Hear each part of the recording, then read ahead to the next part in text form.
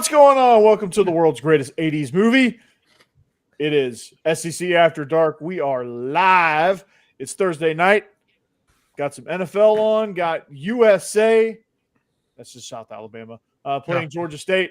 And we have got a lot of action to talk about here in the SEC. And joining me to do this from Locked On Ole Miss, it is Stephen Willis from Off Season After Dark and a regular on Locked On Vandy. It's Mike Huseman. And Locked On Ole Miss. Oh, he's a regular on Locked On Ole Miss too? Yeah, he does the pregame show nearly every week. Oh, yeah, that's right. Okay, let me read that intro. That's where I know you from. That's where I know you from. Yeah. Yeah. All right, let me redo his intro. All right.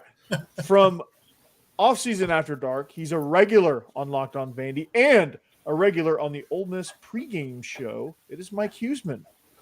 Your double shot of Alabama, Jake Thomas, Bama After Dark, Tide Talk Live, hosting that with Stacy Blackwood, hosting Bama After Dark, flying solo, killing it on both. It doesn't really matter.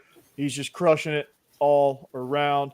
And we got, okay, hold on. I'm seeing double here. Hold on, put on my glasses here. We got Hammer and Boss Man. Put on my spectacles. Full crew. Yeah. Boss Man, Biscuits and SEC. Yeah, big one this week with the Ags. Mm-hmm. And back fresh off, I think he just did his last photo shoot of the day from Olin Mills. Is Jeb Beecham. Yeah. Welcome back, buddy. Nirvana, love the shirt. Thank you. And looks like Rick and Bonnie is happy to see you, Jeb. So. All right. Well, I'm glad to be back finally. It gave you 3 extra points. Yeah. 2 would have been like, yeah, we're okay to see you. 1 would have been like, it's good looking. All they have to do is throw a swing pass for a pick 6, and Jeb shows back up. That was the play of the week. We got to break that down. Right? That changed the complexion of the game right there. Yeah. That one play. It did. Because honestly, it was a back and forth game up to that point. It did, and that was such a brutal play. They were getting ready to. That game was gonna. Oh man, that thing was gonna swing heavy into Tennessee's favor. There, they drove down, and that was just so brutal to watch. Yeah, and I for once, for like 5 seconds, I felt bad for Tennessee. That I'm like, wait a minute, it's Tennessee. So, yeah, I didn't really. Yeah, sorry, Jeb. It's okay. I'm a Georgia fan and a Vandy fan, so I hate you 2 ways. and I am sorry about this, but but the San Diego Chargers wearing the LTs, I did not know how much I needed those. Those are beautiful. Yeah, they are. I don't even have my remote with me. I can't look it up. They're wearing the LTs with a Google it, Jeb. You can Google that with a little bit of the numbers underneath the bolt. Yeah, just a little bit of that old school flair. It's great, and it is such a beautiful uniform. The Chargers have such a good combo. They screwed it up last week by wearing those Madden created jerseys. Yeah, that was like Color Rush, like on steroids. Yeah, don't do that. I was like, I was gonna watch this because I had a player on their team going for my dynasty team.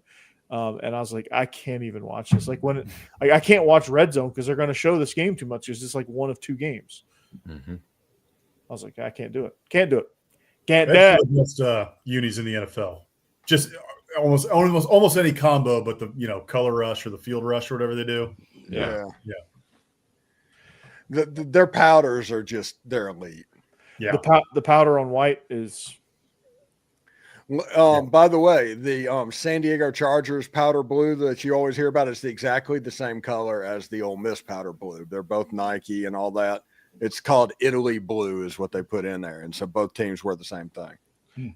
Italy blue. Yeah. Do they put their pinky in the air when they tell you what the color is? It's Italy blue. It's imported from the great wine country, Italy. I don't like it. Let's start calling it American Freedom Blue. Gulf of America blue. America. Yeah. It's beautiful. It's beautiful blue. It's the greatest uniform I've ever seen. Of all the uniforms, it's the greatest. It's a great uniform, really. Nike did a phenomenal job. I didn't know we had Trump joining us tonight. Yeah. Seriously. It's a big First deal. Big guest for SEC After Dark. That's right. We got Trump.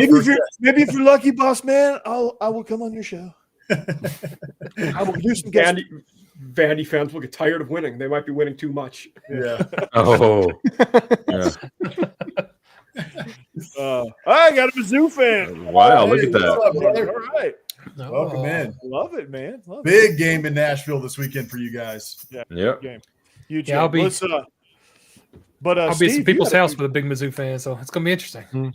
Nice. Thanks to Billy Napier getting fired, though, Steve, you had a really big week on Locked On Ole Miss. Is Kiffin is Kiffin going to go? I don't think he is, but is he going to go? He's gone. You don't pick Lane Kiffin. You just don't predict it. But we're 6 weeks. We're 6 weeks away from him deciding. It's not like he's going to do a Bobby Petrino with the Atlanta Falcons and just go tomorrow. You just It's one of those things to where. Now, I'm not going to do something stupid like not do a title with Lane Kiffin in Florida in the same title. I'm not going to do that, but there's nothing anybody imminently has to worry about.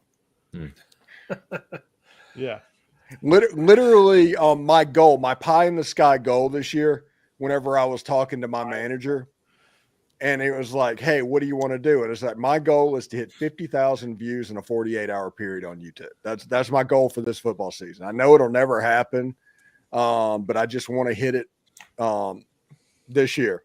Yeah. And Zach's like, oh, man, that's awesome. Okay, yeah, I mean, that was going to be really hard to do. I've been over 50,000 for the last 24 hours. Dang. That's awesome. Yeah. That is awesome. That is phenomenal, dude. Yeah. And Monday, I'm going to recycle everything. If Ole Miss beats Oklahoma, take that, Florida. Yeah, I'm totally going to do that. And the moment that Lane Kiffin signs an extension and doesn't go to Florida, which is the outcome that I think is going to happen, I am going to dunk on them so hard because they are the worst fan base in the Southeastern Conference. Oh, I'm gonna watch that one. That's an interesting topic because I was writing something similar to what you just said for an article, like looking at the Penn State and Florida openings. The amount of coaches that might get extensions from those two job openings is ridiculously long. Yeah. Yes. All kinds of guys might get bigger deals because of those two openings right now. Mm-hmm. Yeah.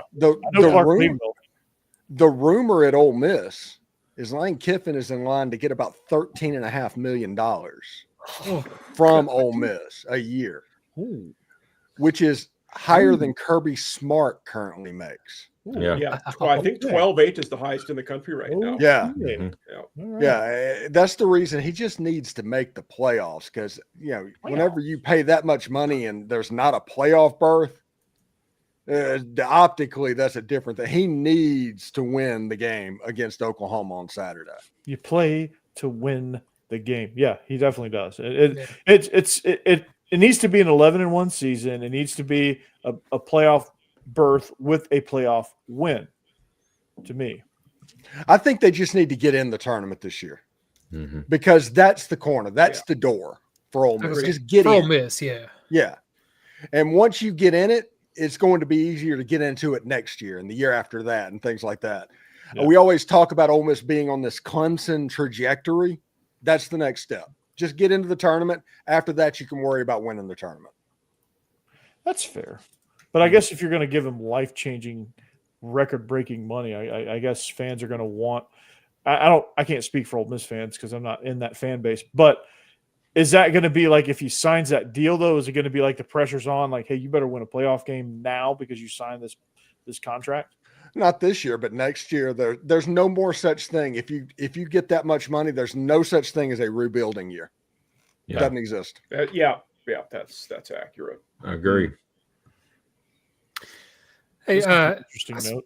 Just from what he said there about them waiting to fire Freeze. What is the advantage to firing early as opposed to later?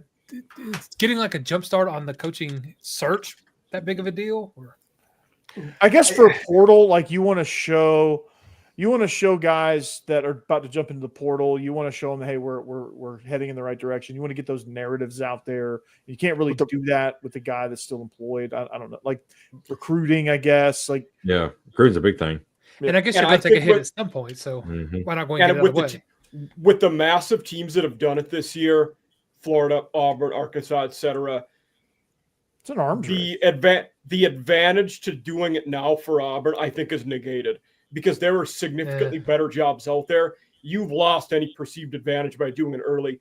Waiting is fine now at this point. Yeah, you're not going to beat up Penn State, and also you have to be careful because there is a home run slam dunk interim coach on Auburn's staff to where if he fixes the problem, all of a sudden wins a couple of games, there's going to be an swell of people that want him to get the job. And then you have a whole nother headache on your hands.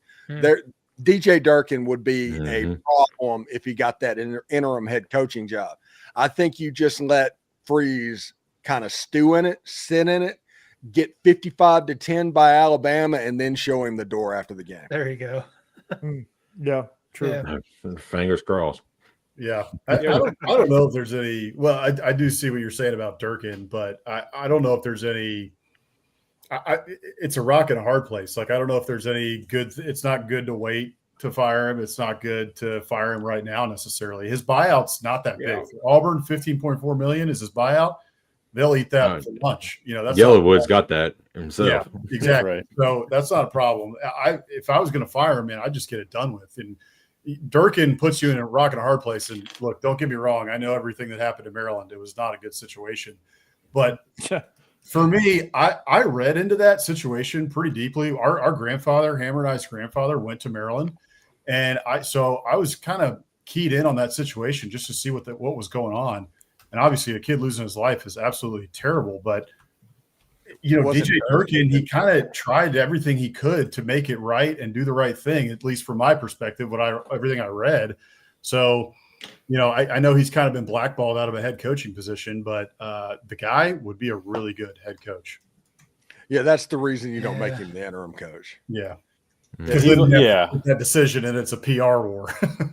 Because there were some other things in an article that came out that was alleged that he did throughout the program, like just making it a really, really toxic environment, bullying, you know, doing just weird stuff. Like, is that any different than Urban Meyer at Florida or Ohio State? No. It's not, but bullying is one of those things we only tolerate it if you're losing, or we talk about it when you're losing. Good point. Yeah. If you're winning, we allow it. Mm-hmm. And which is still wrong, but it is 100%. But it's perceived differently. Yeah, and Florida being completely fixated on Lane means that if Auburn went into it and got it going on, they could be on the lead for a James Franklin. Which would be he's going to be dangerous for somebody because, like, I don't think Penn State.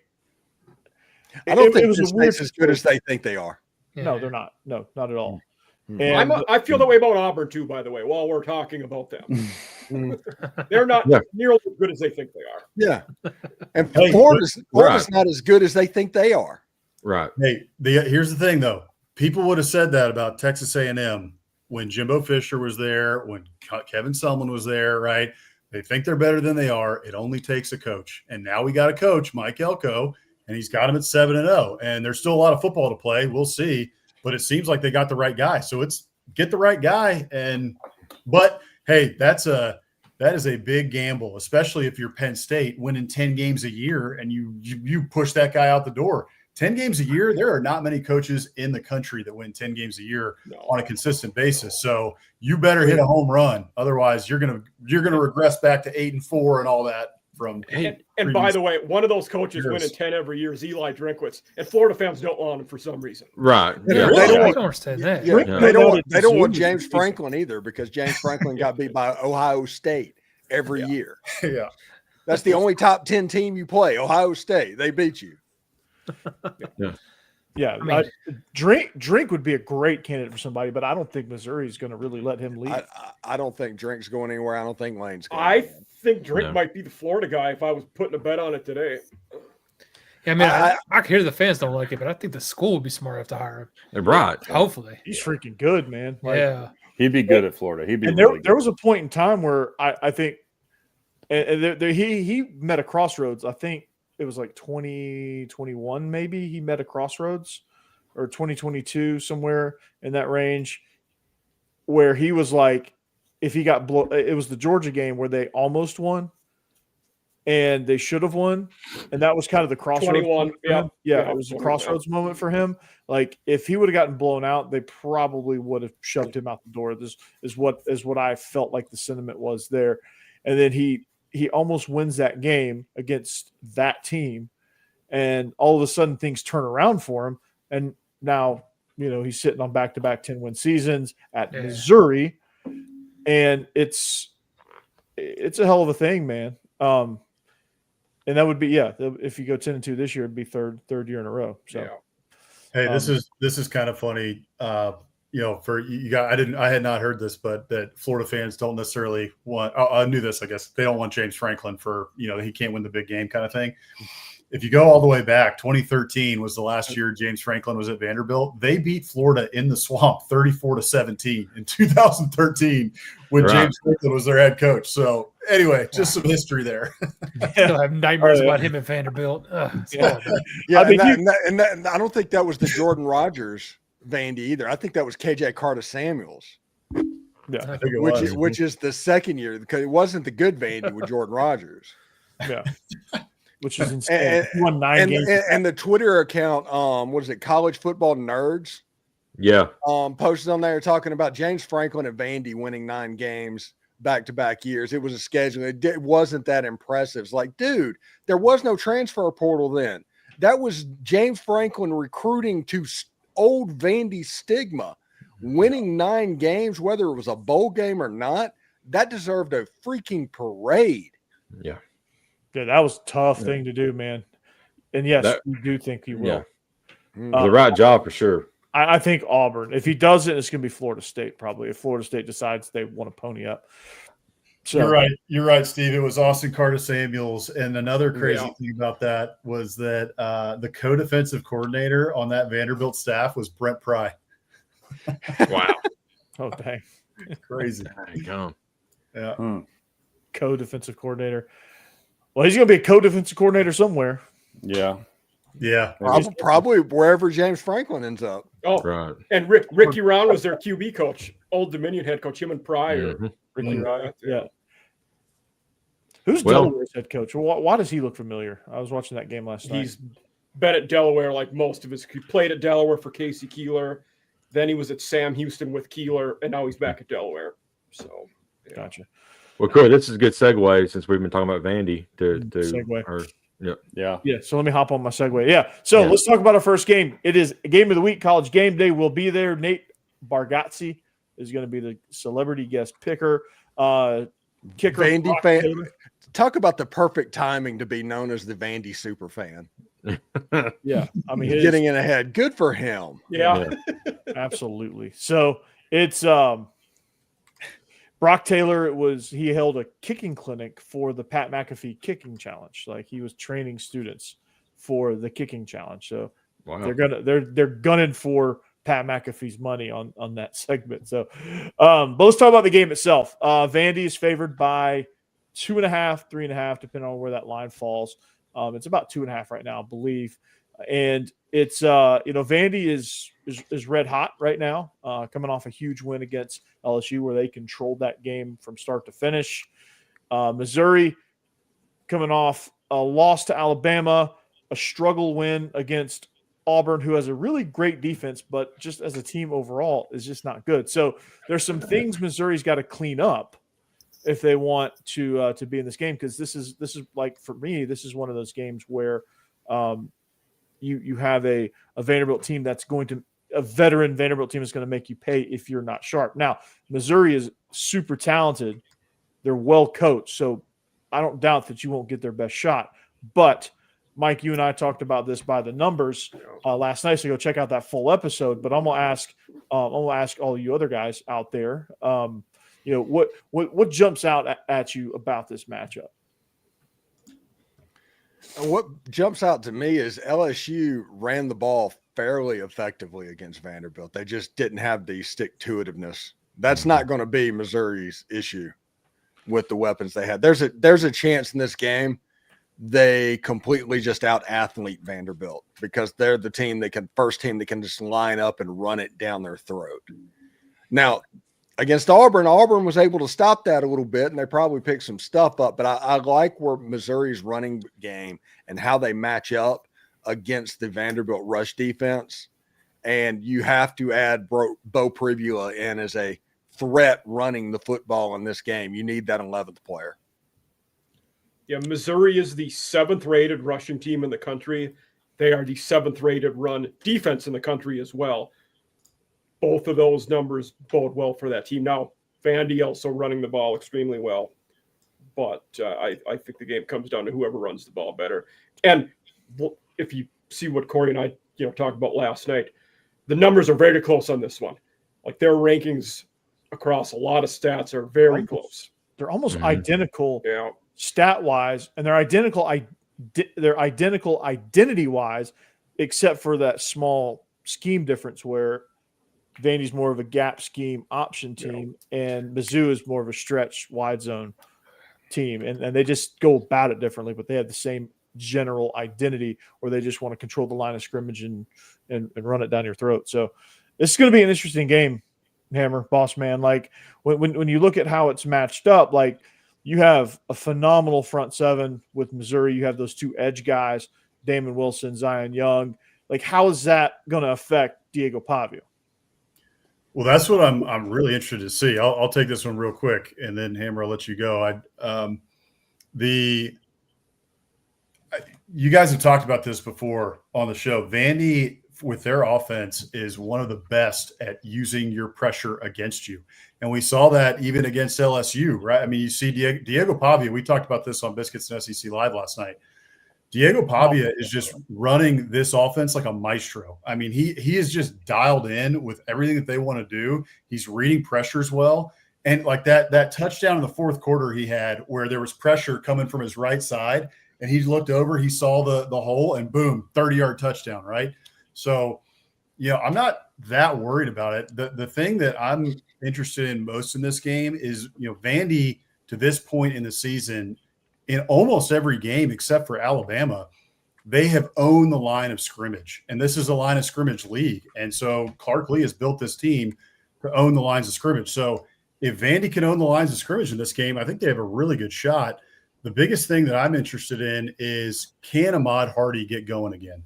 If you look at Mizzou's stats, Mizzou is number one in rushing offense in the SEC, 244 yards a game. That's a little bit skewed because of those first couple games. And then in the last 2 games, Ahmad Hardy has been under 60 yards rushing. The last game, he was just over 2 yards a carry. Yep. So can Mizzou establish the run against a Vandy front that wants to control the line of scrimmage, which, again, they have done in all games except for Alabama. And even in the Alabama game, they did a decent job of it. They weren't getting pushed around against Alabama necessarily. So that's the big thing. Can Mizzou get Ahmad Hardy going? Obviously, they're going to try to. They're going to be hammering it early to try and get that run game going. If Mizzou is able to get Ahmad Hardy going, I think it could be a real tough day for Vanderbilt. But that's kind of a big if you're looking at the last 2 games. Yeah, Jake, what against Alabama, like what was Alabama able to expose about Missouri and Vanderbilt? They've both played Alabama up to this point. So like using that as one of our best common opponent, I should say. What did you see as the major differences between how both teams played?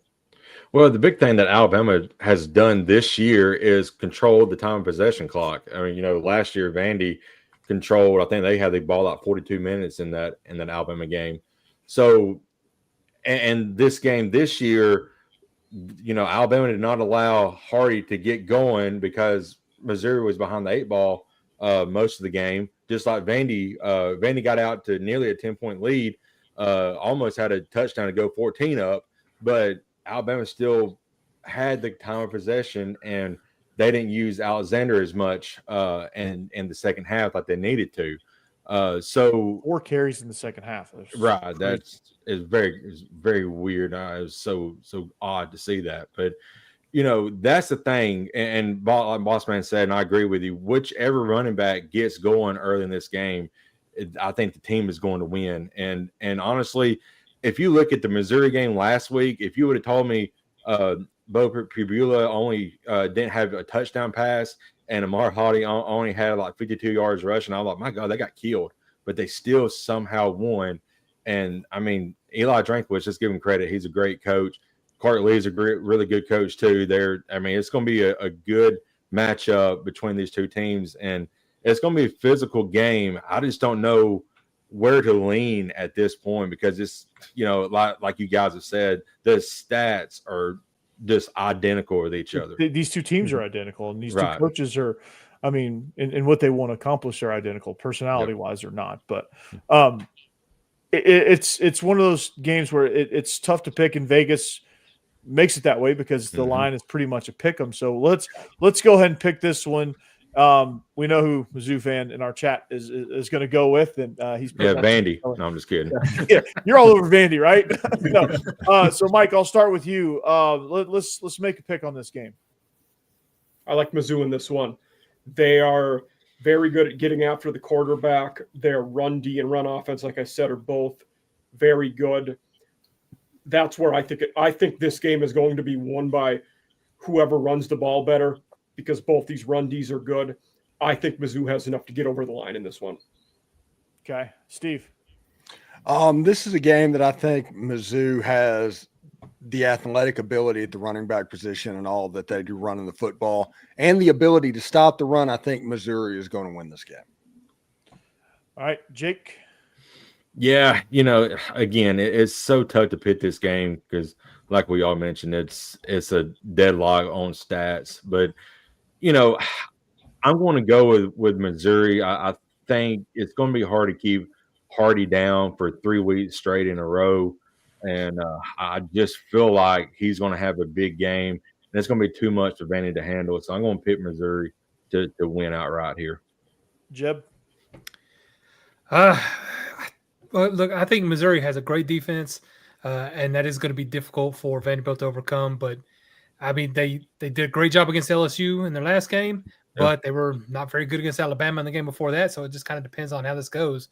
I think I'm going with the home team in this one, and the underdog that I'm just kind of rooting for. I'm sorry. I'm going to pick Vandy.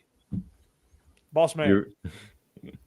Aren't they favored, though, and not the underdog, in fact? Yeah, I just mean the underdog. No, I'm from Tennessee. Champions of life, underdogs of life. I'm sorry. So you're going to pick Vandy when they play Tennessee? I love it. No. Underdogs of life. Corey, steal that for your next video title. Underdogs for life. I got my Friday video title right there. Underdogs of life. Underdogs of life, man. That's a quote of the century, man. We'll be using that one on SEC After Dark for years. That's good Just stuff. kidding. Love y'all, Vandy. That's good stuff.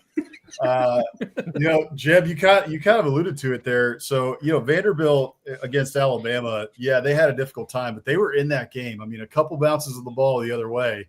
That's a much closer game than it ended up being. And that score, I think, was, Bama scores that late touchdown to go up, and it made the score look a lot worse. But if you watch that game, and I know you guys did, Vanderbilt was in that game really up until the last 5 minutes of the fourth quarter. So not only that, but last week against LSU has a very good defense, one of the best defenses that LSU has had in a long time. They put up 31 points on those guys. So I'm looking at Mizzou's defense, and yes, Mizzou has a pretty good defense, but you know what? I picked Vanderbilt to hit the under of 4.5 and go 4-8. And I was completely wrong, and I posted this on Biscuits and SEC on our Twitter. I posted, I apologize. I posted the Shaq meme. I was familiar with your game, and I still doubted you. And I'm done doubting them. I'm done doubting the Vanderbilt Commodores. They got this one at home. Diego Pavia is playing incredible right now, and I think the crowd is behind them, and I think they're going to control the line of scrimmage again. And I don't trust Ahmad Hardy right now to get it done. So give me the Commodores. I'm taking the Commodores to get this one done. Absolutely. Straight up. Hammer? Yeah, I'm on the same page as Jeb and Bossman here. I think Diego Pavia is a better quarterback. Vandy's at home. I like the home team here. What I'm really interested to see, just speaking of the matchup, and Corey, you brought up the front seven of Mizzou, which is really good. And LSU has a good front seven too. And what they didn't do a good job of was keeping Pavia in the pocket. He was able to get out because they didn't keep their rush lanes intact. They were kind of just flying all over the place trying to get after him which works when you have a non-mobile quarterback. It doesn't work on Pavia. So Mizzou needs to keep him in the pocket. I think that's the key in this game is don't let him get out of the pocket. Don't let him run. Don't let him throw on the run. Just keep him in the pocket. But I'm similarly, I'm not going to doubt Vandy. I think they're at home. They're a really good team. And this is the second game in a row, back-to-back road games. It's a tough place to go after you're playing an overtime game in Jordan-Hare. So give me Vandy. All right. Did you just say that Nashville is a tough place to play? Did you really just say that, Hammer? Vandy is actually a tough place to play. Traditionally, it's a very tough place to play, but it's not because like Tiger Stadium. It's because that stuff could fall on your head at any moment. It's just It's a completely bring your own energy game. It's one of those things that you can fall asleep at 11 o'clock in the morning, realize in the third quarter you're in a ball game. And that's what makes the trip. It's the same reason why Kentucky sneaks up on people at home, because it's dead for most of the game, and then you then you got it's 11 a.m. kick. Yeah. Bring your own energy games. Like that's a real trap, especially for college football. Well, they'll have plenty of time to wake up because Oklahoma and Ole Miss is 11 o'clock game. But my pick is this, and I'll give you. I'll let you listen to Mike and I's episode that's up on YouTube right now or wherever you get your podcast to tell you exactly in depth why Auburn was able to have some success against Missouri's rushing attack. Vanderbilt's got to do the same thing, maintain gap integrity. I think they will. I think when you look at these running games, they're extremely efficient. They're extremely effective for different reasons, but they're the same. So you got to look. So you got to then go to the matchup of the quarterbacks. And I'm taking Diego Pavia over Bo Perbula right now because of what he's been able to do. You have a Heisman campaign going, which he's third right now. You have college football playoffs in your sights. Missouri does too. But for Vanderbilt, this is like they're seeing blood in the water. This is like a brand new Vanderbilt team. Like Clark Lee we're seeing a whole new side of him that we haven't seen since he took over. This team is physical. They're hungry. They've got the home crowd. They're going to have a more pro Vandy crowd than they've ever had. That's starting to build now. It's not 12 road games a year for Vanderbilt anymore. It's going to start trending in that direction. Jared Curtis is going to be on the sidelines. He may flip. But that would be nuts. That'd be I don't think it's going to happen. What? By the way, give me a Thanksgiving weekend game where Tennessee is 9-2 and Vandy is 9-2. Oh my gosh! Yeah, that would be. Yeah. Or how about Vandy being please 9-1 because they're going to win this game, and then I don't think they're going to be truly as challenged from here until Tennessee after this game. If they can get over this hump, they'll have relatively lightened schedule with because Texas ain't as good as they once were. Yeah, they got Kentucky and then Tennessee. Texas is a tough matchup for Vandy, though. Their defense is really good. Right. And really Kentucky is a tough matchup for Vandy. And that's not even making a joke. Just what Kentucky does well, that game could easily turn into a rock fight. It's in Nashville. So, but I'm gonna favor the home team here. I'm gonna say it's gonna be relatively high scoring for these two teams. It's gonna be like a 34-31 type game. Brock Taylor, the advantage in the special teams as well. Hey, I said this. I think I tweeted this out. If Vandy wins this game, they should be favored in Austin. In what world did we ever say that Vandy should be favored? Well, don't they have a winning record against Texas historically?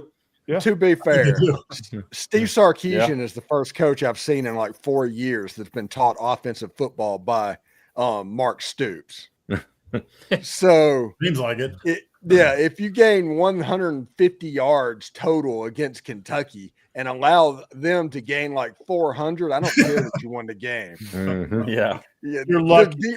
The defense is supposed to be elite, but we always talk about when the offense is so bad, eventually the dam breaks. Yeah, it feels like that dam is starting to break with Texas defense. And and like I say every week, Vanderbilt's not a team you want to be trying to figure things out against because they're veteran, they're well coached, they're hungry. So, all right, our next game is the noon kickoff, the 11 a.m. Local kick. Oklahoma hosting Ole Miss. a lifelong rivalry that is about as gruesome and as grueling as ever before. It's a lifelong rivalry. Span 2 centuries. Yeah. Mhm. And it is one of those you Yeah. just cannot miss. It's appointment television for this rivalry, like the traditions, all of that. The t-shirt- Everybody knows exactly where they were every time these teams play. And for some, that's just a reach, man. That's like, hey, I Mhm. can't, So, Ole Miss, Oklahoma, Steve, give us a tale to take here. This game has gotten increasingly more important with all the noise that's Florida's doing, all the crazy stuff on social media and all that. But it feels like this game is important because the reality of the situation is, and this is the math that even Florida fans can understand. If Lane Kiffin wins this game, Ole Miss is likely going 11-1. If they're in the playoff, Lane Kiffin's not going anywhere. So they need Ole Miss to lose 3 games. And there's 5 games left in Ole Miss's schedule. This is obviously one. They can take care of one themselves. And then you have Mississippi State, South Carolina, and the Citadel, where Ole Miss probably shouldn't lose any of those ball games. No. So if Ole Miss wins the They're game tough. against Oklahoma, they're probably going to go 11-1 this season and end up hosting a playoff game. And the whole Lane Kiffin to Florida debacle story, whatever you want to call it, is over. It's gone. Well, at Bye-bye. that point, you may have the bye and not play the opening week. Yeah, it's like That's you true. won't even play until New Year's. Yeah. Steve, the Which current by model- the way, this would be absolutely hilarious. This year's my 25th wedding anniversary on December 28th. Okay. We're celebrating it over by the Owen Mills studio that Jeb's in. That's right. So I'm going to have to quick turnaround. And get back down to Winter Haven after flying up to Nashville, Tennessee, in between potential playoff games or right before Ole Miss has their first one. Or just take Happy the whole anniversary, studio man. with you. That's Yeah. that's the move. Just load it up in a van. There you go. Take the whole thing with you. I can't do saying. that. Yeah, you can. Yeah, No. it can be done. And Trust I know the playoff games that week are all Wednesday, Thursday too. me. Yeah, Yeah. So, well, Wednesday football. good. Gotta love it. Yeah. So, yeah, to me, like this game is this is another one that's like you look at it and you're just like, okay, well, Ole Miss was so bad on defense. Oh, I can't even say they were bad on defense. They were not. They were still 1 4th and 2 away from winning that game on the road in Athens. Exactly, Yeah. because their offense was elite. Like Yeah. Jackson Arnold was really. I mean, No. Trinidad Chambliss. Time out. Easy to get those two confused. I know, right? I still cannot believe that the Georgia Locked On host did that comparison of Jackson Arnold and Trinidad Chambliss. Yeah, Trinidad can actually throw it downfield. Yeah. For those of you wondering at home, I don't actually think that. I'm just teasing Steve here. Yeah. But no, in reality, Trinidad Chambliss was electric. He was dicing them up, and I think you saw the crowd and the energy in Athens kind of get to him late in the game, and we knew that was potentially going to happen. But yeah, I don't think it was the crowd. I would think it was just the pressure of thinking they have to score a touchdown every time you touch the ball. There's no way that you can. Because the It was defense kind is of so bad. it's the pitcher that started aiming the baseball. I mean that's what it was instead of just throwing, and I think that's what got him. I don't think the atmosphere got him. He got excitement, but all of that. Listen, the big thing in this game, it's about starting raining about right now in Norman, Oklahoma. It's going to rain all day tomorrow. It's going to rain all the way up into kickoff. And whenever you have a quarterback where they're worried about him holding and controlling a dry football, this could be an elite turnover game for John Mateer. Yeah, I mean, I'm looking at it. It is supposed to start pouring at 3 a.m. and not stop until 8 p.m. Sunday. Good night. Yeah, Quite a that bit of game rain. and the Arkansas game, the Auburn Arkansas game, are going to be. it just started sloppy. raining, and it didn't quit for 5 months. Yeah, I know we pick sides on the show, but if you like, unders due to 20-mile-an-hour wind and downpour, these games aren't bad options. But I'm fascinated in this game because if you look at the schedules of both of these teams, this will be the best offense Oklahoma's played, and everybody's already saying Oklahoma one of the best defenses in the country, and statistically they are, and they very well might be, but they have not played an offense like Ole Miss. The best offense they played is Texas. Seriously. Yeah. And Georgia.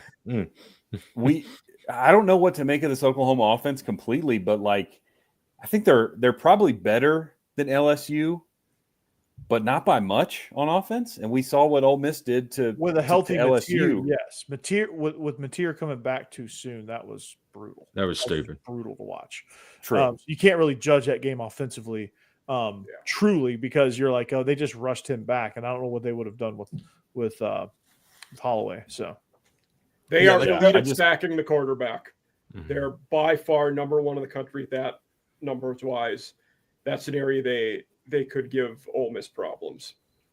Yeah, and Ole Miss didn't even allow a tackle for a loss against the Georgia Bulldogs in that game. That's wild, dude. No sacks, no tackles for loss.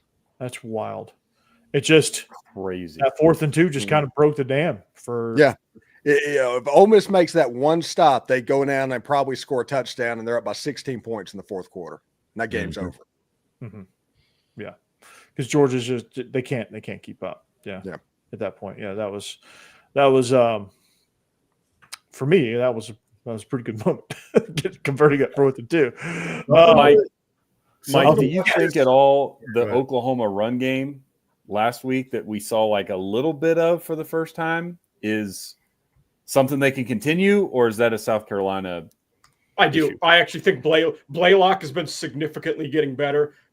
He's a freshman. As the season goes on, he's getting more of the lion's share of those touches.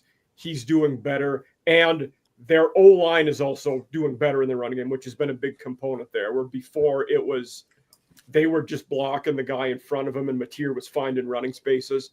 They appear to be more cohesive now. Yeah, but they will be without their top 2 right tackles against. They will, yes. Mm, and I think I think they have a third alignment that's out too. Yeah, I think so. Well, that's huge. That was my question on this was, can Ole Miss exploit the OU offensive line? Because that's generally, of course, this season and even going back to last season has been their weak spot. And then because Ole Miss, I think it's got I think they're like 15th in the SEC with like 1.5 something sacks a game. Yeah. So are they able to get to the quarterback? And then Oklahoma, Hammer talked about it. We saw that semblance of a run game. Blaylock maybe starting to get it going, especially with the rain. This one could be just, a super soaker, just a mud pit out there in Norman. And so, is Oklahoma able to establish the run? Can Ole Miss 15th in rushing defense in the conference, 166 yards a game they're giving up. But then the flip side, can OU keep up with Ole Miss? And that's, I think, the big question, because I think Ole Miss, even in the rain, is going to be a much more dynamic offense than what we're going to see from OU. So can they keep up? And is Mateer healthy enough? He looked a lot better last week. He was much more efficient, but only threw for 150 yards and a TD. I think he was like 18 to 26. So, we'll see. The rain is a big factor in this game. It could completely throw out, a bunch of the offensive stuff that both of these teams want to do. It may just be, again, Hammer said it, take the under, right? Because this one could be 24-21, just because of the elements. Yeah. Jeb, make a pick. Who did I pick on this? No, I know who I picked. I'm not as huge of a. I think like an Egyptian. Put up the graphic. Yep. I love it. Love it. Yeah, that's cool. Somewhere Steve Martin is beaming with makes pride. it easy. Steve helped build him, I think. He did. Steve built the Sphinx. Yeah. Yeah. He said, "You know what? We need to chop the nose off." Yeah. That's his idea. Yeah. All right. Look, there's no way I'm picking against Ole Miss right now. Not in this game. I just feel like their offense is so much better. I don't know how the rain's going to affect it. That'll be interesting to watch. But for now, I'm not going to just assume that that's going to destroy what they're doing. I think Lane Kiffin's good enough to plan around that. So I'm going with Ole Miss. All right, Jake. To me, the biggest thing in this game is which team is going to have the better spots on those shoes, because you're going to have to plant, and when you're running, you're just going to get slick. So when you plant to make a move, you're going to probably slide and fall. So, but in all seriousness, Ole Miss is definitely the better team here, even in the elements. But I was just looking at Oklahoma. If they lose this game and what they got left, are they favored in any game the rest of the year? Maybe besides LSU. I mean, they got to go to Alabama. They still got Tennessee, and they got Missouri still. So it's a tough road for Oklahoma if they lose this game. That Oklahoma LSU game could be like the battle for the Birmingham Bowl by the time. It very well could be. Yeah. Very well could be. But I'm I'm taking Ole Miss. Yeah, Hammer. Yeah, I'm taking Ole Miss too. I mean, I think they're playing really good, and if I'm getting 4.5 points, I'll absolutely take it. I said it before that this is the best offense Oklahoma has seen. Now, I think the weather will play a factor in how effective Ole Miss can be, but I think this is a big challenge for Oklahoma. So, if Oklahoma wins by a field goal and I can still win this bet, then yeah, give me the Rebs for sure. Yeah, I'm taking the under for sure. But with the elements the way they're going to be, you kind of have to lean to the more well-coached team, and I think that's going to favor Ole Miss here because they're going to be able to handle those elements a little bit better. They're going to have a little bit better of an operation. As sloppy as it's going to be, there's going to be some fumbles. There's going to be some sliding around. Those are hopefully all we're in the stormtroopers so they can go from white to brown. But it's going to be a muddy affair here in Norman. So I'm going to favor Ole Miss here because really I trust Lane Kiffin to operate in less than ideal conditions than Brent Venables. And that's no shot at Brent Venables. I just think Lane Kiffin is better. Mike. I mean, yeah, everybody is on Ole Miss. I am too. With the healthy John Mateer that we were seeing up to 3 weeks ago, that Oklahoma team was a top 8 team in the country. Right. They were really good. Until I see him looking healthy, though, I'm going to be down on them. He is a shell of what he was before. They rushed him back. The hand doesn't seem right. Until I see him at full strength, I'm not going to be, on them against good teams. Ole Miss is a good team, so I'm going to take the Rebels on the road. Boss man. Yeah, I'll be brief here. I think that's exactly right what Mike just said. John Mateer healthy. This is a different game. Without the elements, it's a different game. But I think Ole Miss, I know that they've got their struggles on defense, but with the elements, I think that actually favors Ole Miss because I think you're going to be able to just key in on that run game for Oklahoma, bottle it up and say, beat us with your arm. And that means, John Mateer in the elements with a hand that we're still worried about that it's not 100%. And then flip side, Ole Miss's offense is just really good. I think that they just have the better offense in this game, even with the elements. So I think Lane and the offense in Trinidad Chambliss and everybody is going to be able to break through at least a couple of times and get a win. So I think they cover here. I think they get the win straight up. Steve, finish it out. If you look at this game, Oklahoma is like 119th in the country in turnover margin. Ole Miss doesn't force turnovers. That's one of the weaknesses of Ole Miss's defense is not forcing turnovers. Well, Oklahoma is giving the ball to everybody. So which side is the better side in this game? Also, Ole Miss has trouble against the run. OU has not ran the ball particularly well. Whenever you deal with coaches like Ben Arbuckle, who is a branch of the Mike Leach tree, even though he's not a Mike Leach guy, but he's kind of a branch. He's a branch over here. Branch. Yeah. Do those coaches, even when they have success running the ball, do they continue to do it? Because most of the time they'll have one game and then they kind of get off of it for the next one. Yeah. That'll be interesting questions. I think Ole Miss just has the better football team than the Oklahoma Sooners. And as long as you don't go there and give short fields and turn the ball over and stuff like that, if you just play clean, you'll probably win this game. So I'm going to take the Ole Miss Rebels. All right. Is that a clean sweep on Ole Miss? Yep. Yeah. Sure. Yeah, that makes me nervous. Yes, we have it. Like the game day curse. Yeah. Well, sorry, Steve. Don't screenshot that. Yeah. Sorry, Steve. I think we just cursed you. All right, our next featured matchup, and we're going to have to go quick through the other games, or we might just go overtime. Who cares? A&M travels to LSU. A&M 7-0, right? Did I get that math right? 7-0, ranked 4th in the country. traveling down to a struggling LSU team who struggling. They had a struggle win against South Carolina. They got beat by Vandy. Brian Kelly, I think it feels like the locker room's slipping away a little bit with him. A&M is red hot, dude. They're like a firecracker right now. And it is Marcel Reed getting all the hype there. The Le'Veon Moss situation, what's the deal with that, Hammer Boss Man? Is that still what's his availability? How do we see this matchup? Because I don't He done. he done. He's out. Well, for this week anyway. for this Yeah, week. he's out. Yeah. So he's out. Yeah, Right? Yeah, and he's y'all out. haven't won in Baton Rouge since you joined the conference, right? 1994. So here's a stat for you. We Who's put this counting? up. Yeah. Biscuits SEC Live last night. So two things on this. One is that A&M is 7-0 for the first time since 1994. The last time they beat LSU in Baton Rouge, 1994.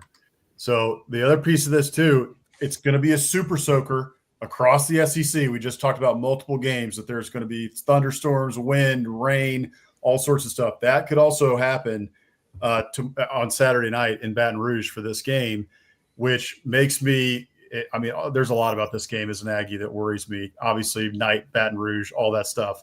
But 2013, the Aggies went into Baton Rouge early in the season looking like, okay, we're national championship hopes and everything. Johnny Manziel coming back for year 2. It was a game very similar to this where you had overcast, rain, kind of nasty day in Baton Rouge, and LSU just bottled them up, and Johnny Manziel wasn't able to do what he normally does. So lot of storylines in this one. Brian Kelly also, I think he's like 5-10 against ranked opponents, 20-1 though in Baton Rouge. Ooh. So look, there's a lot of history riding against the Aggies here. However, the Aggies are favored. Like, they're the better team. Right. They're definitely have played like the better team. What's going to be interesting to me, especially if it is rainy and kind of sloppy down there, is just, we've talked about it, but what is as weird as it is to say, especially, given the stats we just read, that A&M just doesn't win in Baton Rouge. But I like this matchup for A&M, especially defensively. So we just saw last week what Arkansas did to A&M's defense, and there's been teams, Notre Dame scored a lot on them, Arkansas scored a lot on them, but the teams who aren't very good on offense, like Florida, Mississippi State, Auburn, A&M has really clamped down, and LSU's not very good on offense. They can't run the ball, and their offensive line, correct me if I'm wrong, but they're missing at least one offensive tackle due to injury, so they're beat up. So I think Nussmeier is going to be under a lot of pressure, and I don't know if LSU is going to be able to run the ball well in this game, which is why A&M's favored, frankly. I mean, in Baton Rouge at night, they're coming in there favored because on paper the matchup favors the Aggies. Yep. Interesting. Weeks is out as well for LSU. That's a big loss for them. It really was jarring how important he was to that run defense, because him being out was a major factor. Yeah. Is that his little brother on the team? Because he played pretty well for a little while Yes, there. brother. Yeah. Yeah. But I think it's the older brother, isn't it? Oh, maybe it's older. His older brother. Yeah. The younger one isn't playing. The older one is the one that plays. Like Okay. I think his name is West. Yeah. West Weeks. But to that point, how important he is to that defense, and Corey, you brought it up. You saw it against Vandy, and A&M and Vandy, especially the way that they run the ball, is vastly different. But in terms of offensive line play, A&M and Vandy are two of the top offensive lines in the conference. And so in a game that might be sloppy because of weather, you're missing your best linebacker and you're going up against one of the best offensive lines in the SEC. That just feels like a tough matchup for LSU. I mean, they're going to have to really dig deep and find something. A team that's just so bad against the run, it just, or not against the run. They're so bad at running the ball. Yeah, running.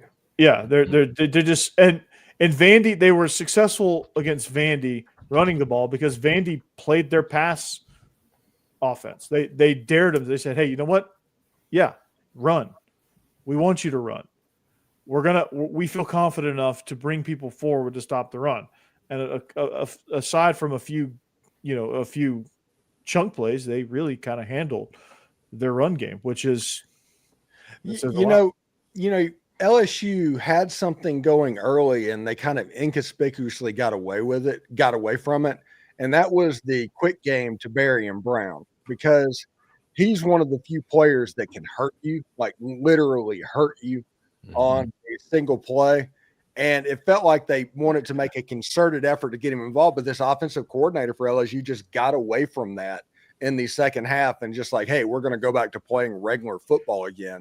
Well, that defense, like Vandy played those fast screens really well. They came off blocks and they did really well at the point of attack there. So they played those beautifully. Yeah, but the problem is they still gain 3, 4, 5 yards, which means they substitute for the running game. You're not trying to put I forget his name, the number 0 at running back to try and to make something happen. Because Harlan Berry is too young of a player or something like that. Using Berry and Brown and those quick screens and all that, all of a sudden that keeps you ahead of the sticks. The problem that LSU had and it continues to have is when you have a 3rd and 9 or 3rd and 11.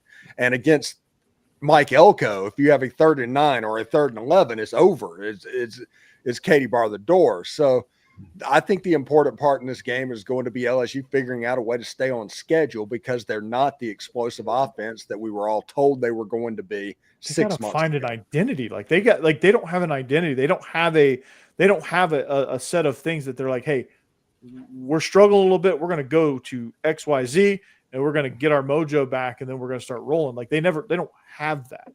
Yeah, I think the main thing is their offensive line is absolutely terrible.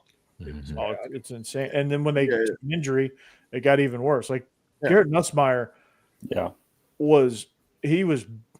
he got hit every play. It feels like. Yeah, if it's 3rd and long against A&M might kill him. Mm-hmm. I mean, it might be Rocky. It might be Rocky 4 out there. A&M so far. In the towel. A&M either of these teams gets to 3rd and longs, they're in trouble. Yeah, that's true. But A&M has feasted against offensive lines that are not so good. I mean, go back and look at the Auburn game. Mike Elko's bringing all these blitzes. You got Cassius Howell out there on the edge, one of the best defensive ends in the SEC. Torian York, Damian Sanford, Scooby Williams. I mean, they bring it from all over. And so, like Hammer said, I expect Nussmeier to be under pressure a lot in this game. Also, by the way, when Whit Weeks doesn't play, LSU 0-5. Ooh. So it's amazing how important that is that he is to that team. Yeah, I mean, it's unbelievable. He makes make a pick. Okay. I am going with the Aggies here. Homer. Really, I'm surprised that you guys are making me pick. But I just think that normally there's a lot of stuff that scares me about this game. I'm not picking because I'm calling the game. LSU wounded animal mode. At night in Death Valley, 20-1. You got all the elements which could slow A&M's offense down. But the one thing that I think puts A&M over the top, I do think their defense is going to play really, really well in this game. So it could be a low-scoring affair. A&M has shown they can win any game you play them. You want to play them in a rock fight, they can beat you. You want to play them in a track meet, they can beat you. So I think that versatility of A&M's offense helps. And even without Le'Veon Moss, this running back room is still 4 deep. You got Jamarian Morrow, the freshman. You got E.J. Smith, who played very well the last 2 weeks. He's getting a lot more touches. Amari Daniels. And then you got the home run hitter in Ruben Owens. So I don't think LSU is going to be able to contain it. Vandy just scored 31 against them last week. I think A&M's offense is better than Vandy. So I think A&M's a better team in this game. And I know it's on the road at night in Death Valley, but I'm going to take the Aggies. Jeb. Yeah, I'm going to be honest with you. Just from what I've watched from these two teams this season, I don't understand how A&M's not favored by more than 3.5. I understand it's at LSU, it's at night, and I get the significance of that. But A&M looks so good right now, and LSU looks terrible. I'm sorry, they just do. I'm absolutely taking A&M. LSU has not earned my trust at all. Jake? I don't know where, the reason why Mike picked LSU. I'm going to go ahead and get his out. But my reasoning is, one is somebody's got to, I got to get some points here. So I'm just going to take LSU. But no, the reason is like Bossman, you mentioned 20-1 in Death Valley, and that one loss. Seems like every time Alabama goes down there, that's their Achilles heel is Alabama. Anybody else who goes down there, LSU for some reason finds a way to win. I'm not going to say they're going to win this game. I can see it being like a 17-16 type game, 20-19, something weird like that. I think that's how this is going to play out. I do think A&M is the better team, and they're going to win. But I think, it's going to be a weird scoring game with it being the rain and all that. So, like 2019 is what I'm seeing in this game. Mike? So I'm the other one on LSU here. In a game where I expect this to be a low-scoring one from what we've seen with these two teams so far. LSU's D is really good. They're really good at home, and we're going to be playing in a bad weather situation. I think this game is a 3 or 4 point game either way. And with the spread where it is, I think I'd be foolish not to take LSU to cover the 3.5 points. So it's more looking at the scenario and the spread. A&M has been by far the better team of these two so far this year. But LSU's not bad. Their offense could, at some time, they could throw it a good game, even though they haven't yet. And on D, we know they're going to be good. So with the spread, I'm taking LSU. Yeah, I'm going to take A&M here. I just think even with the elements, even with the whole, you haven't won in Baton Rouge since 1994. That streak's got to come to an end at some point. I just think A&M's just too good defensively. I don't know that LSU's offensive line can hold up against that with the style of blitzing that Mike Elko brings to the table. I think A&M's going to be just good enough offensively to nudge ahead, but this is going to be a defensive slugfest, a muddy, rainy defensive slugfest, and I think A&M is going to prevail in that because they're just the better team defensively, and they're going to get to 8-0. They're going to get their first SEC win in Baton Rouge, all of that good stuff. Steve. I'm surprised this hasn't been mentioned, but LSU, even though they spent $20 million on a transfer portal roster and their defense is supposedly one of the better defenses out there, Blake Baker at LSU to this point has not stopped a running quarterback yet. That's a good point. It started with Marcel Reed. Last year, Jalen Milroe just went absolutely nuts. I think that second half of that A&M game last year in College Station is going to start off this A&M game against LSU, and A&M's going to win this game by 3 touchdowns. Oh, wow. I mean, they shut out Sellers a few weeks ago. He runs decently well. Yeah, but there's a Mike Shula factor attached to that as well. Yeah. And that offensive line for sure. It was Lenore Sellers versus all. I mean, you're not going to do anything for that, man. What was that game we put? Let's say a rough house where basically it was one person against 50 players. You can't say the real name. Smear the something. Yeah. We called it rough house, because people in Mississippi are known for being very correct. Yeah, that's what it is. So, throw them up, bust them up is what. But it was that. It was one person versus 50 people. I mean, yeah. Hey, I know we got to move on, but last thing I'll say on this, I mentioned this maybe a week ago or 2 weeks ago. Yeah. Oh, yeah. Oh, I'm going Aggies all the way. I already gave my spiel going Aggies. Come on. I'm believing. I'm believing. I forgot he had to make a pick. Yeah. Homer. Well, I mentioned this a couple weeks ago. I think it was 2 weeks ago that A&M had, of all the tools in their toolkit so far this year, they had not brought out the read option. And they brought it out a little bit last week against Arkansas. They showed it. I believe they scored a touchdown on one of those with Marcel Reed. And so, they haven't had to bring it out like they did last year against LSU, where they just ran it over and over again. But yeah, Steve, as you mentioned, I could really see A&M pulling out the read option for the first time this year and just, running it over and over again until LSU stops it. Yeah. The Diego Pavia scoring a touchdown on a quarterback draw on a 3rd and 12. Everybody in the stadium knew that play was coming except for Blake Baker. Yeah. Yeah. So. All right, let's get into some of these other games. We'll try to be a little quicker here. Our next game features Auburn's who's somehow favored. I'm not sure. It Minus makes no 2.5. sense. Makes Yeah. zero sense. They're not favored anymore, by the way. They were. They changed that. Yeah. No, well, when we picked it, they When were. we favored. pick it, it is, but Arkansas is favored now. Yeah, we locked that in. Yeah. That's right. We got that one early. We are taking that check. Mhm. Yeah. Hopefully you did too. Hopefully you got in on it before Arkansas became the favorite. But It's at like the you're going to give time- me Arkansas to beat Auburn and points. Okay. Yeah. Oh, Mhm. okay. So you want me to back the truck up Now, now? or later? No.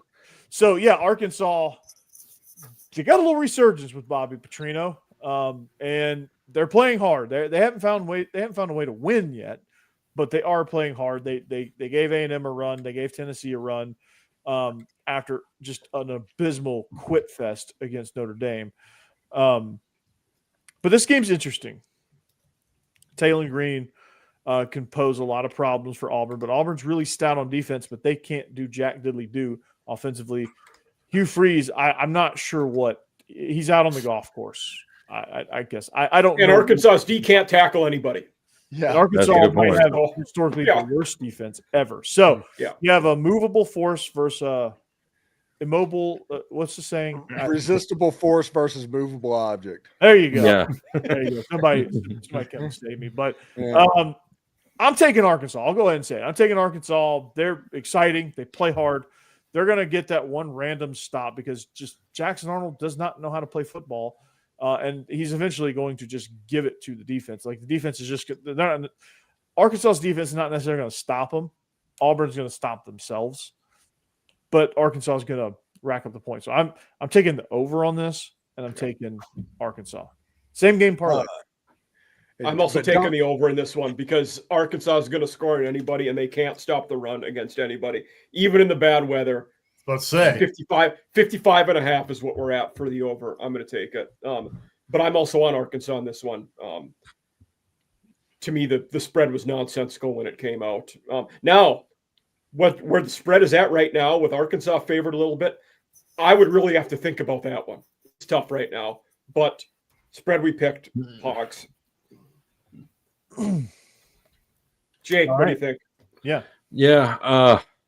Well, as a Bama fan, nightmare fuel creeps in here because if Auburn does win, they are 4 wins. They're going to beat Mercer. Then they play the Iron Bowl, needing a win to get bowl eligible. And down there at Jordan Hare, probably a night game because that game always is at Jordan Hare. It could set up badly for Alabama. So I need Arkansas to win here. I think they're going to.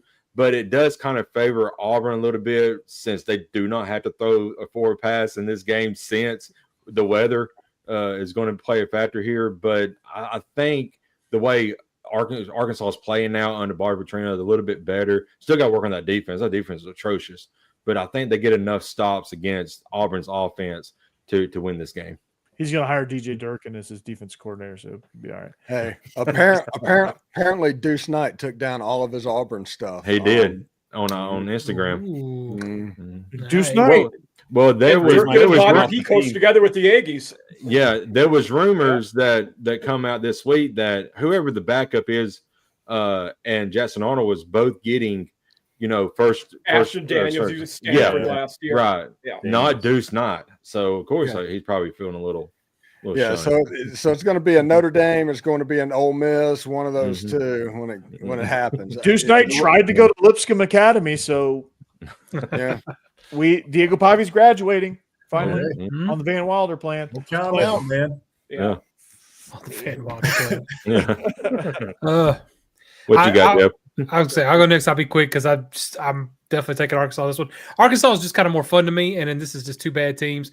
I don't know who's going to win, but I'm going to root for the one that's more exciting to watch. So I'm picking Arkansas. I think this one is obvious. Taylor Green. It's a lot of times in the SEC, it comes down to who's the better quarterback. Who's the better quarterback in this game? Taylor Green. He's a stud. That Arkansas is scoring ridiculous amounts of points right now. They're averaging 7.6 yards per play. That's insane. That's insane. They're averaging 513 yards per game. And Auburn, while they have a decent defense, they're 8th in total defense in the SEC. They're giving up 316 yards per game. I know this is going to be a weather game. We'll see. I still think Arkansas is going to get 400 yards on Auburn. And at the end of the day, Auburn is on the verge of collapse. And I know that injured and hair, that could be, wounded animal mode back against the wall. I frankly think this team has quit. And I think that they're done with Hugh Freeze. And so I think with that and with a little bit of momentum with Bobby P and this Arkansas offense, I think they get the job done. I'm taking the Hogs, and I think they win by 10 at least. The fans have quit on Hugh Freeze for sure. That too. Mm-hmm. Yeah. No, yeah. Woo pig for me too. Give me Arkansas. Auburn just this game might be real close, but in the fourth quarter, when you need to make a play to win the ball game, Auburn is incapable. They don't know how. If they end the game at the third quarter, Auburn would be undefeated right now. Right. So, I can't trust that team to do anything. So thinking that they're going to go on the road and get a win, I just don't see it. What was it against either Oklahoma or A&M? They only had one total yard in the fourth quarter in those games. A&M. Yeah, A&M. Yeah, and it's crazy. Yeah, they had like 5 drives in that game within one score in the second half, and just did nothing. I screwed that one up. I thought this one is in Donald W. Reynolds. So anyway, but whatever. Yeah, no, you're exactly right. Like Auburn. Woo pig suey. All right. Steve. This is one of those weird situations. Remember that South Park episode to where they were playing league and both the teams were trying to lose the game, Oh yeah. Yeah. If you look at Arkansas's record in one-score games over the last 5 years, and you take Auburn and look at how they managed to lose games seemingly a different way every week, I mean, somebody has to win this game just because. And the offense in slick, rainy weather games usually has the advantage over the defense because they know where they're going. I would take Arkansas's offense to get in over Auburn's defense, and Auburn's offense isn't good enough to get over on Arkansas's defense. So I think Arkansas wins by a couple of scores. All right. Now, for the sake of time, Jake, I'm going to let you speak on this one. We're all on Alabama for an obvious reason. South Carolina, pitiful right now. But Jake, give us a little bit about this game. Well, coming out tonight that Lottie Brooks is doubtful now, which is a big blow in the wide receiver room because he's starting to come into his own as a true freshman. But I think the big thing is for Alabama is weather the storm early, been on the road, and do not let the quote track game linger into your minds, because if they go in with that mentality, it's going to be a dogfight for 4 quarters. But if they go out and play the way they have been in the last 4 games, then it's this 14-point spread is going to be easily covered. Yeah, Mike Schuler revenge game. Yeah. If this is at night, he's going to vindicate the Bama fans. Yeah. Hey, this is why you fired me. Okay. Right. If this was at night at Williams-Brice, I'd be slightly more worried for Alabama. But this Alabama team, by the way, their mentality completely different from week 1. I think they're going to stop them. It is. It is funny because this is a worrisome game because there's no number by South Carolina's name. Right.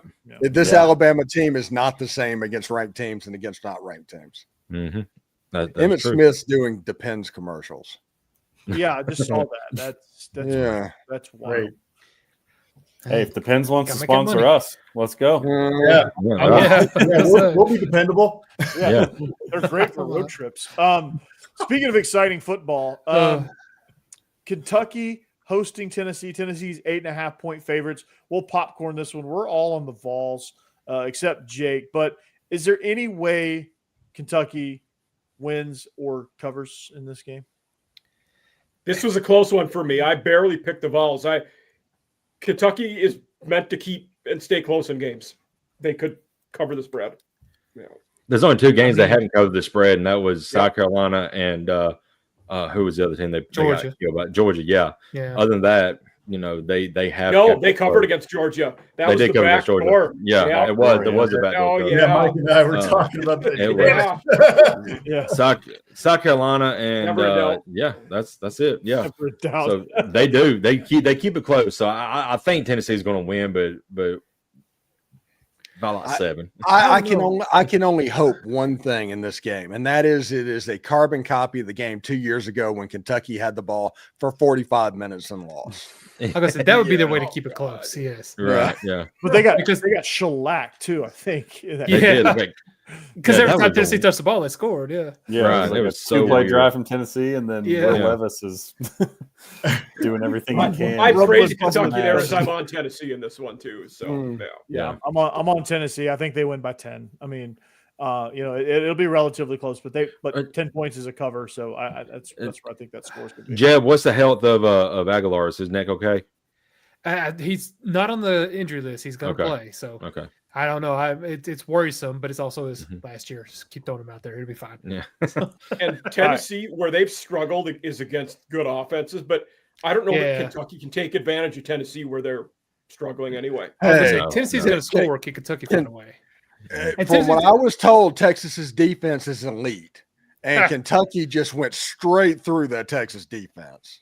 Oh yeah. what that's did Nick happened. Saban like? Shit through a 10 horn. Yep. Threw a 10 home Yeah. run. That's my Yeah. favorite. Do not mess with Cutter Boley. He might have brought a knife to a gunfight when they played Georgia, but he's ready to go this time. He's starting to figure it out. I like that. But look, the Vols have the #1 scoring offense in the SEC, 44 points a game. And the Wildcats are 14th in the SEC in scoring offense, 22.5 points per game. I don't think they can keep up with them.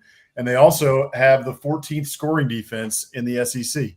So, like, their defense is really not that good. I think Tennessee's going to score basically at will. I think Tennessee's going to win by 14 or more.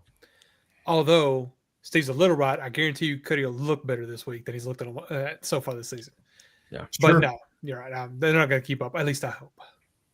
I think Tennessee's due as well. They're pissed off from last week about that stupid play at the goal line that flipped the entire game, the pick six. So I don't think they're going to make similar mistakes. I think they're ready to roll. I think they're going to roll. Speaking of teams that are going to roll, Texas 7.5-point favorites at Mississippi State. This game, I just feel like Mississippi State just ruined their chance at their first SEC win last week against Florida by not running the ball 3 times and kicking the game-winning field goal when they had a chance to. Aren't you passing it? Good Yeah, God. I just don't understand that. And I feel like this is the game. Arch Manning's struggling. This Texas offense is struggling. Their defense just can't hold up the wall for too much longer, right? They can't hold that. It's just going to collapse on them at some point. For me, Mississippi State, this is where I think they're going to get their first SEC win here. I think this is where they get it because they gave Tennessee, who were the real UT, they gave Tennessee all the fits they wanted. When they're playing sharp, they're actually a really good team, but they have a tendency to Jekyll and Hyde this thing, and it just shows their growth as a program. That's just not where they want to be right now. But I like Mississippi State. They're at least going to cover, if not win outright. Steve, I don't think they win outright. I do think they cover. I think Mississippi covers. I think Texas wins, but not by a touchdown and a hook on the road. Steve, Yeah. Normally, I'd say that Texas couldn't beat somebody by multiple scores, but they did that to Oklahoma. So who the heck knows? I guess as long as you don't punt the ball to that punt returner at Texas, you're going to be all right. Yeah. So I would tell the punter just to kick the ball out of bounds, and I think you're going to be pretty good. But give me Mississippi State and the points in this game. I don't care that if Texas wins or not, but giving me more than a touchdown against anybody and it's Texas, that feels like a pretty safe bet. Jake. Yeah, I agree. Yeah. If it comes down to a field goal and Mississippi State needs a field goal in this game to win, I don't think they're going to pass it, and down there in field goal range. They're going to But they'll get just fumble. they'll fumble, but even if it's coming down to that, they're still covered anyway. But yeah, I just think Mississippi State right now which is weird to say they're the better team, but it is what it is. Yeah, that is weird to say. Hammer. Yeah, same. Give me the points. I don't trust this Texas team. I could just see this game getting real weird, Corey. Like you said, I don't know if I'm quite bold enough to say that Mississippi State wins outright, but it would. Is this a weather game? No, No, No. but it's a cowbell 75 game. degrees, cloudy. It's going to be fun. Normal, You know, nice. Arch Manning, his ears are going to be ringing. There's going to be a picture of him on the sideline when he's like 4 for 11, where he just looks completely lost, and the cowbells are going nuts. And I will say, say it. Say what I think you're going to say. Well, a Manning playing in Starkville, it's going to be freaking nuts. They're going to be up. But also, this is one of the few teams that Arch Manning has played against before and had success against. So that could be something to pay attention to in this game. But the cowbells and all that's going to be absolutely brutal on Arch Manning, just because of who his granddad is and because he's Eli's nephew. Yep. Boss man.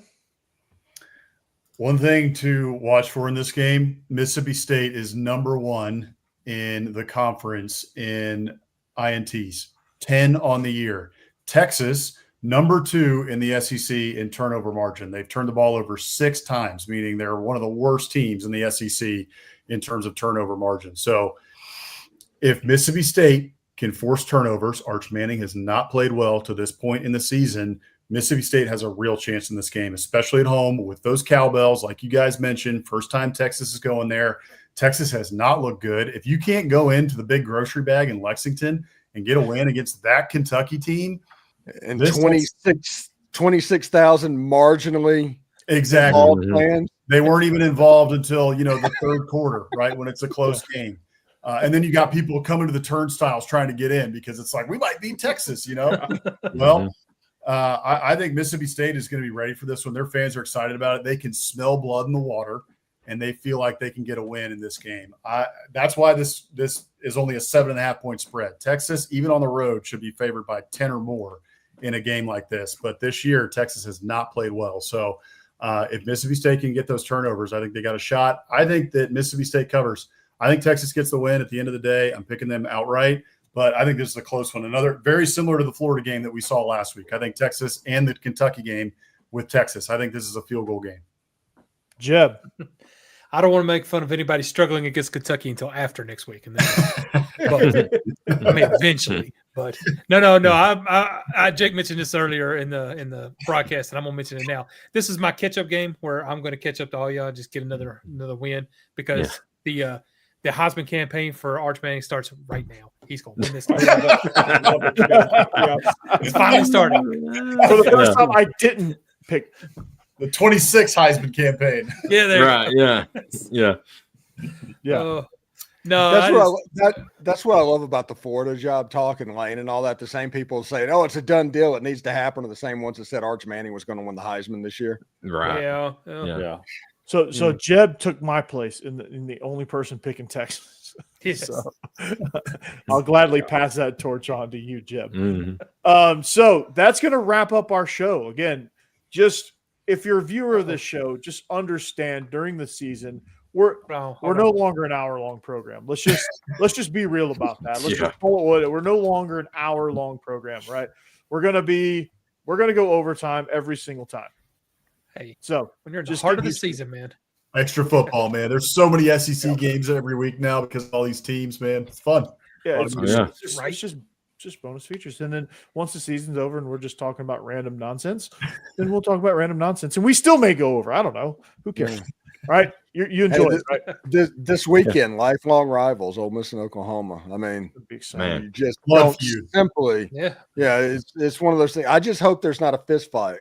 Like, isn't this matchup 3 all time? Yeah. Yes. They played in 99, 2024, and this year. Okay. Wow. Yeah. But according to the SEC, they are permanent rivals.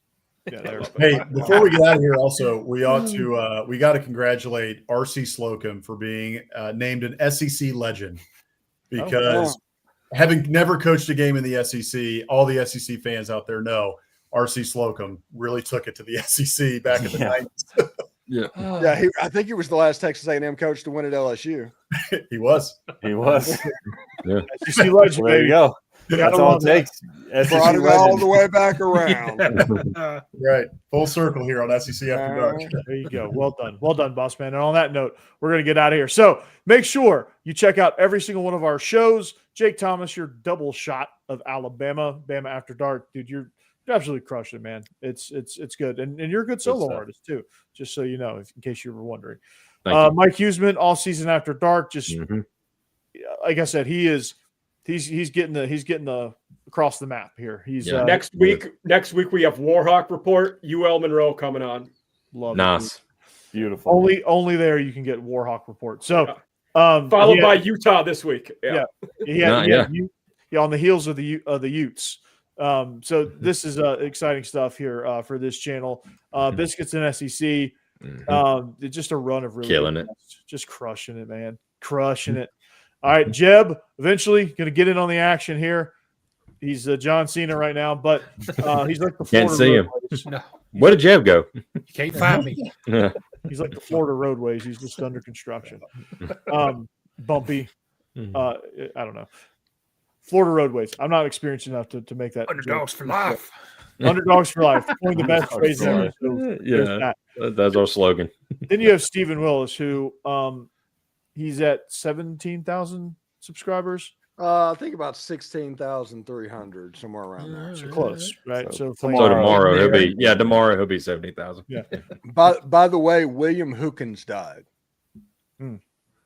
Rest in That's the peace. guy. That's the guy that was the random X-wing fighter in Star Wars. Whenever they were in the Death Star, he was also one of the two people that was trying to recruit Indiana Jones, and he was also Eckhart or whatever, the lieutenant in the first Batman movie with Michael Keaton, Oh, the dirty wow. cop. Yeah, that yeah, guy. I remember him. Oh. Yeah. Oh no. Okay. Well, dang. Rest in peace. Yeah. Rest in peace. Yep. Yeah. So, Well, hey, by the way, too, back to Biscuits SEC just for a second to plug what we got going on. Drew AMU was on with us last night to preview Aggies, LSU, make his picks for the rest of the SEC games. He did a great job. Folks should go check him out. I think he's got about 4,000 subscribers talking about Aggie football. And then next week, we just got confirmed tonight. We got a really big guest coming on next week. So stay tuned. Check out Monday when our graphics come out about who it's going to be. So we're excited about the next one. Nice. Okay. We're Nice. let's just hope it happens, right? And like I said, Steve is just crushing it. He's the number one Ole Miss podcast in the podcast stratosphere by a country mile and a half. Yeah. So, and I'm Corey Burton, locked on Vandy. I crested 1,000. Not only did I crest 1,000, but when I crested so from the day I hit 1,000, I'm now at 1,043. Nice. Nice. So Heck I've yeah. gained Awesome. 43 subscribers since Saturday. I'm crushing it. My all-time my monthly views are up at near 40,000 for October, Let's go. and it's all thanks to everyone out there. So appreciate you guys, and then regular guys. We're kind of like the Florida roadway system. We were good. Got a couple potholes. Got to fix those. We're gonna get back up and running at some point. I call people that listen to my show loomers. You know, we love our loomers. Why don't you call the people that listen to your shows lovers? Yeah. Locked on Van. I guess I could. Yeah. Love it, Right. Tom. That's a Vandy. good point. Yeah. Lovers. Lovers. I wanted Love to it. get to 1,000 before I tried anything crazy because I didn't want to drive people. You're right. Yeah. I better get back to 1,000 after that. I'm going backwards. Yeah. Love you guys, lovers. For all you loomers and lovers and OSADs, that's all season after dark. All you, Jake can say bads. Bads. Yeah. Name after Yeah. dark. Baddies. Mm. Bad, Oh, baddies. Baddies. Baddies. Lord. Yeah. All right, we're off the rails. All right. Big time. Go Take care, everybody. Roll, Dig 'em. roll Tide. Enjoy the games. Spurs All right, up. in the stream.